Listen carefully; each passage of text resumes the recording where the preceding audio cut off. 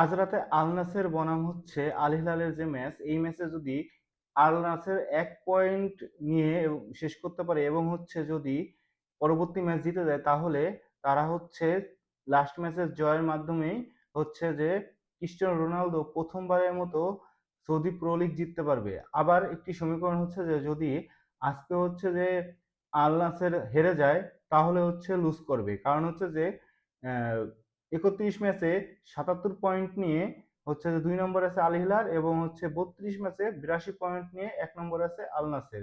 এখানে যদি সমীকরণ মিলাই, তাহলে দেখা যাবে আল নাসের যদি হচ্ছে পরবর্তী 3 ম্যাচ জিতে যায়, মানে আজকের ম্যাচ সহ যদি 3 ম্যাচ জিতে যায়, তাহলে তাদের পয়েন্ট হবে 86 আর আল নাসেরের পয়েন্ট হবে 85। সেই জায়গায় হচ্ছে আল নাসের হেরে যাবে। আবার যদি হচ্ছে যে আজকের ম্যাচে আল নাসের জিতে যায়, তাহলে তাদের পয়েন্ট হবে বাকি বাকি ম্যাচ সহ তাদের আজকের ম্যাচেই নির্ধারিত হয়ে যাবে যে অনেকটা হচ্ছে যে তারা চ্যাম্পিয়ন হতে যাচ্ছে। আজকের ম্যাচটা জেতা ক্রিস্টিয়ানো রোনালদোর জন্য যেমন জরুরি, তেমন হচ্ছে আল নাসেরের জন্য জরুরি।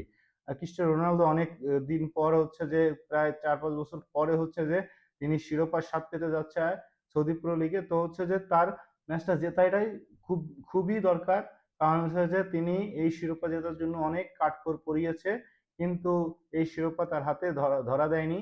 খুব সন্নিকটে চলে এসেছে লিগের প্রায় শেষের দিকে। তো হচ্ছে যে যেভাবেই হোক একটি পয়েন্ট দরকার হচ্ছে আল নাসেরের, এবং আল নাসের যদি একটি পয়েন্ট নিতে পারে, তাহলে হচ্ছে যে তাদের পয়েন্ট হবে 83 এবং হচ্ছে যে পরবর্তী ম্যাচ জিতলে 86।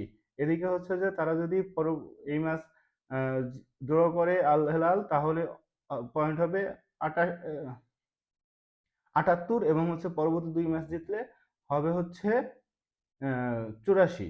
তো হচ্ছে যে এই ম্যাচে নির্ধারণ হবে যে কারা চ্যাম্পিয়ন হতেছে সৌদি প্রো লিগে। আপনার কি মনে হয়, আল নাসের কি পারবে, ক্রিস্টিয়ানো রোনালদো কি পারবে এবারের মৌসুম হচ্ছে আল নাসেরকে শিরোপা জয়ে সাথ দিতে?